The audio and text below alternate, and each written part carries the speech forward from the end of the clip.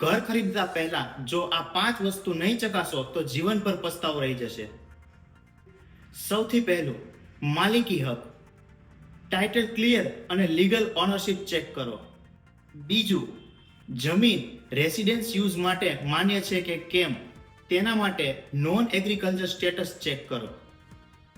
ત્રીજું, પરમિશન મ્યુનિસિપલની મંજૂરી છે કે કેમ, બિલ્ડિંગ પ્લાન અપ્રૂવ થયેલો છે કે કેમ તે ચકાસો.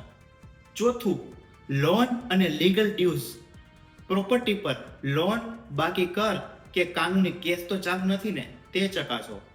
અને પાંચમું અને છેલ્લું, સેલ ડીડ અને ડોક્યુમેન્ટ, જેમાં cell did, previous chain document અને ટેક્સ રિસિપ્ટ આ બધું જ ચકાસો.